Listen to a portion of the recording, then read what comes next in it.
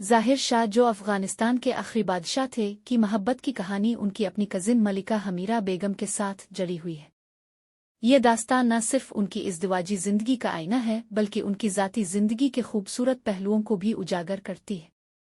ज़ाहिर शाह ने 1931 में अपनी कज़िन हमीरा बेगम से शादी की। ये शादी अफ़ग़ान शाही रवायात के तहत तय पाई, लेकिन उनके दरमियान महब्बत और गहरी हम आहंगी वक्त के साथ बढ़ती गई।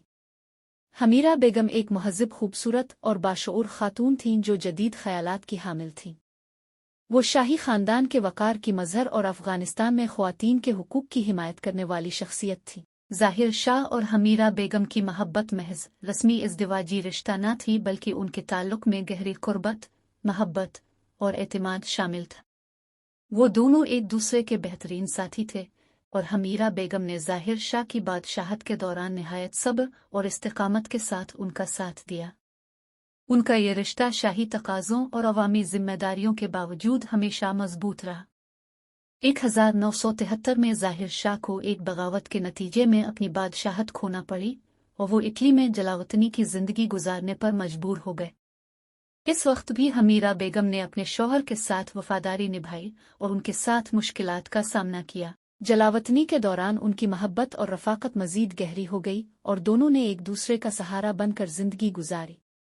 हमीरा बेगम न सिर्फ एक महब्बत करने वाली बीवी थीं बल्कि एक मिसाली मलिका भी थीं। वो ख़वातीन की तालीम व हुकूक़ के लिए काम करने वाली अहम शख्सियत थीं और उन्होंने अफ़ग़ानिस्तान में ख़वातीन के लिए मुस्बत तब्दीलियाँ लाने में किरदार अदा किया।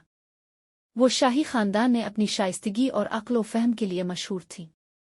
2002 में जलावतनी के बरसों के बाद ज़ाहिर शाह अफ़ग़ानिस्तान वापस लौटे, लेकिन अब वो एक आम शहरी के तौर पर ज़िंदगी गुजार रहे थे। मलिका हमीरा बेगम भी इस वक्त तक उनके साथ रहे और 2002 में उनका इंतकाल हो गया। 2007 में ज़ाहिर शाह भी इंतकाल कर गए।